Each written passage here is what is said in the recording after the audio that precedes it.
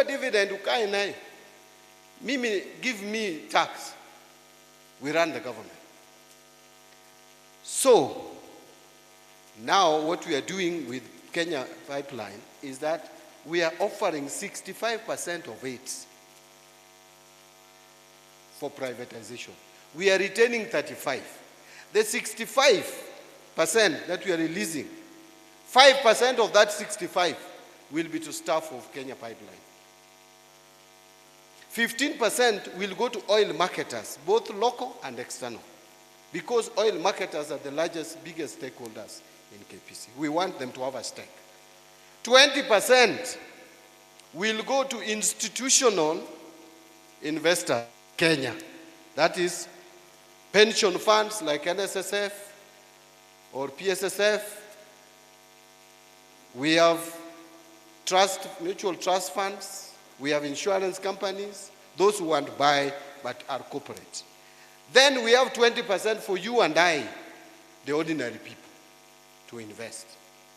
Then we have 20% for our brothers and sisters in the East African region. We are targeting more particularly Uganda because they are interested in investing here. Uganda provides revenue to KPC of 32%. 32% of KPC revenue comes from Uganda market. That is not a market you can ignore. So we are offering them about 20%. Let them have a stake here. Let them have their representative in the board so that they can have more confidence and continue doing business with us. They shouldn't look south to Tanzania. Should look east, right? We are giving them 97% of their petroleum products. We are transporting to Uganda. 3% comes from Dar es Salaam. We want 100% even. And then now 20% will go to other investors globally.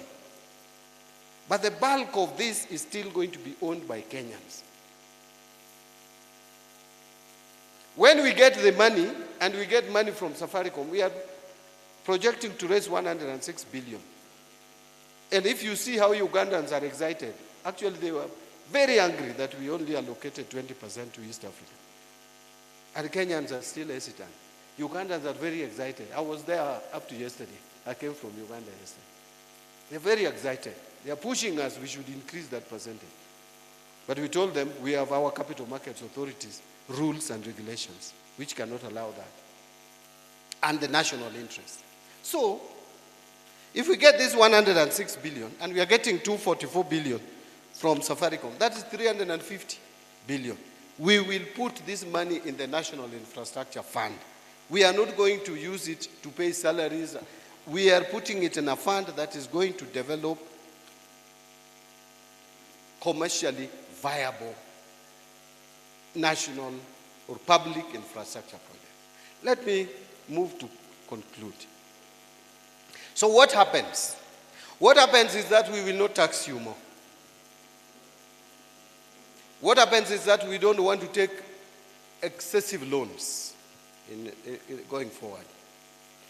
But we will not tax you more. In fact, we are thinking now of reducing taxes. So let me announce this here, that we have agreed with His Excellency the President that low-income earners in this country should be given a reprieve.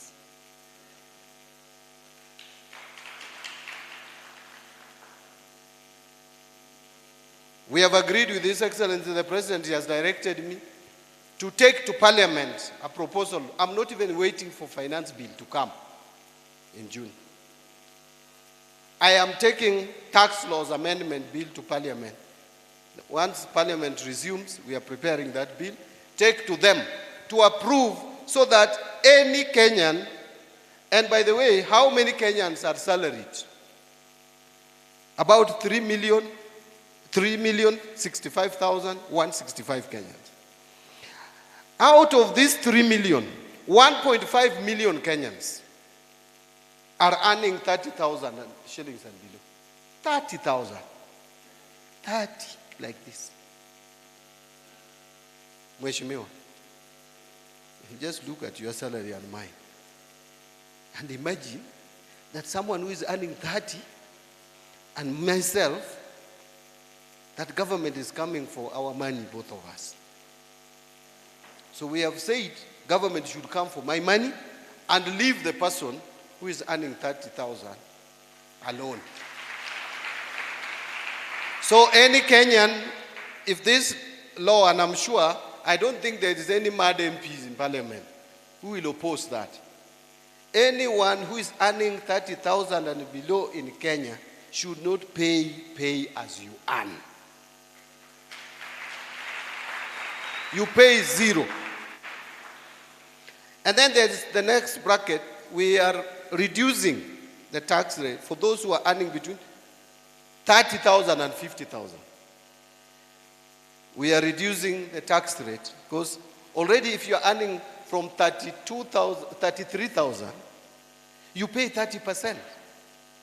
33,000 going up, you pay 30%. We are reducing that also, that bracket between 30,000 and 50,000. So you only pay 25%. We reduce that by 5%. So those who are earning 50,000, first you will benefit because your first 30,000, you pay zero. Then the next 20,000, you pay 25%. We are trying to put some money in your pocket. Because you are complaining. Are you not complaining that you don't have money to buy things?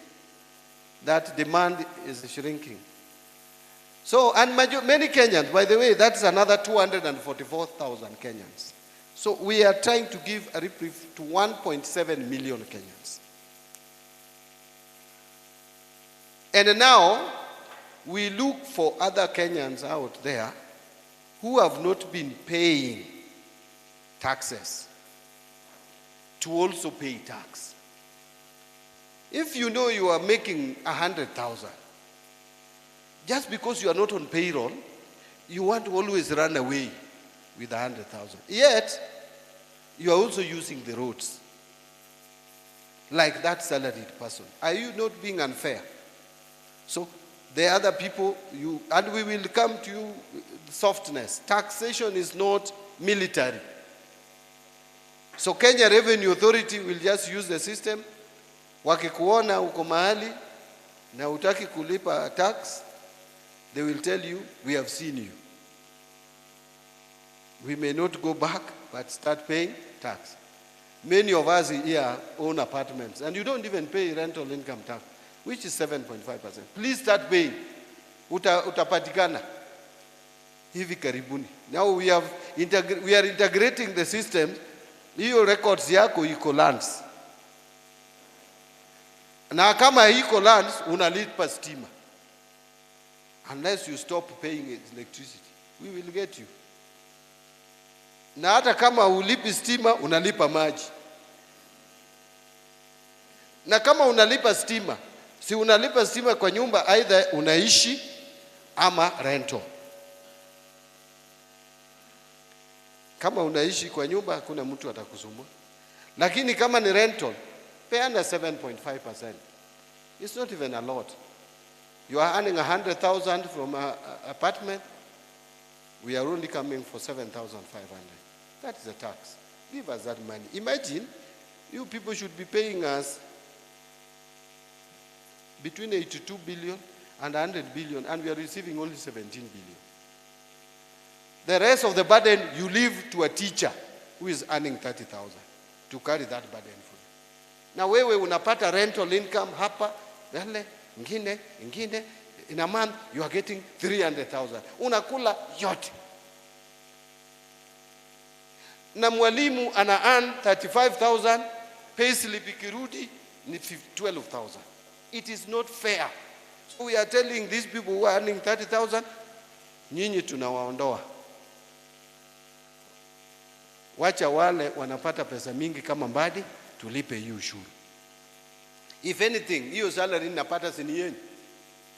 Even if you don't pay tax direct, as pay as you earn, si utanunua sukari, bado utalipa tax, na hiyo ndiyo pesa inalipa Mbadi mishahara. So wacha Mbadi arudishe kono. I should be taxed properly. Hiyo mshahara yangu karibu 1900 na kitu ikatwe properly. 200, 300 iende kwa serikali. Si ndio? To educate people, capitation. To educate, tupeana kwa health. So we are going for, actually let me conclude.